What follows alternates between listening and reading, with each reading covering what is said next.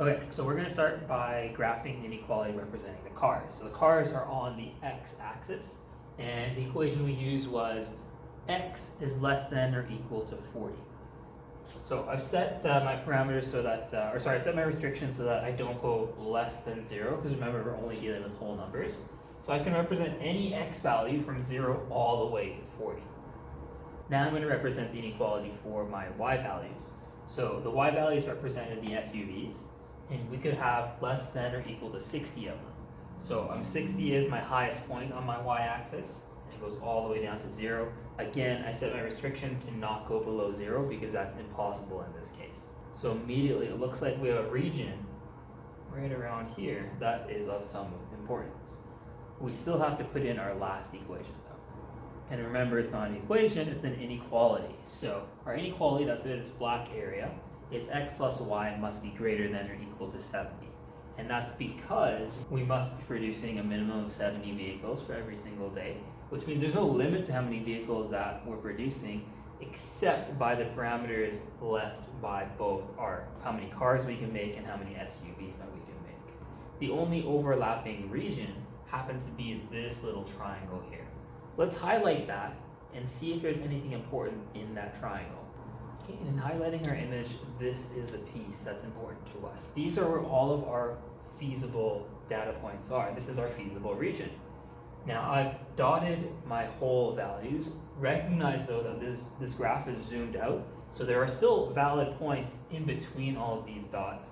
I'm just showing the dots to represent what a whole solution would look like. All right, now this is about as far as we got in the last problem. What we can add to it is we still have that extra equation, our objective function that we can apply to this data set, and maybe there's some points of interest in this data set. To me, I see that there's a triangle, and a triangle has 3 points, so we should maybe test and see what's significant about all 3 of these points. So I'm curious to know what this point here in the bottom right is going to look like.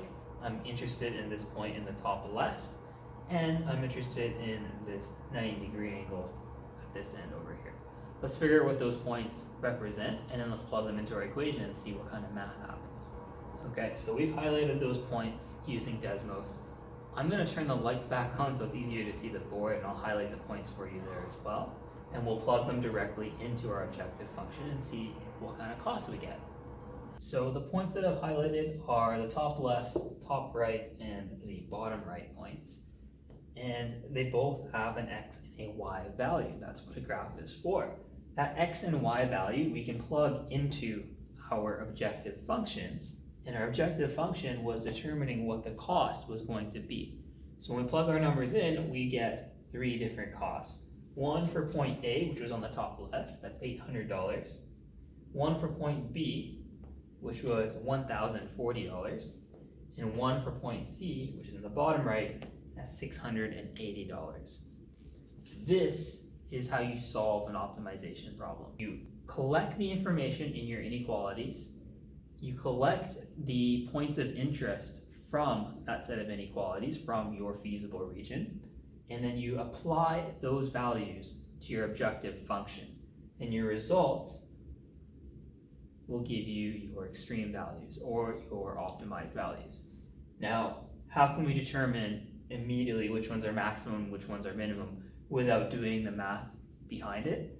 Well, we know that 40 and 60 are the maximum amount of each vehicle that you can produce, so they have to be the maximum cost. There's no more vehicles that you can make.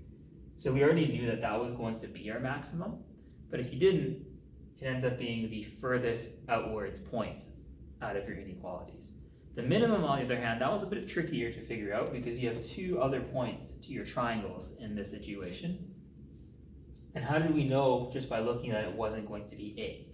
Well, the reason for that is that our x-axis represented our cars, which are $8 each, and our y-axis represented the SUVs, which were $12 each.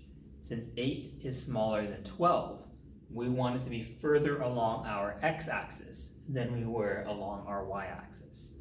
So it gives us only one option, which is C at the end.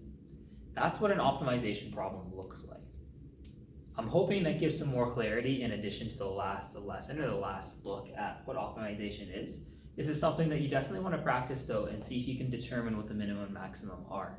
It really helps once you practice and you have that extra context as opposed to just looking at the board and seeing, oh hey, it worked that one time, or how did he get those numbers? So please do try out some of this practice and then give me a shout if there's any questions that come up along the way. And we'll see how we do with this.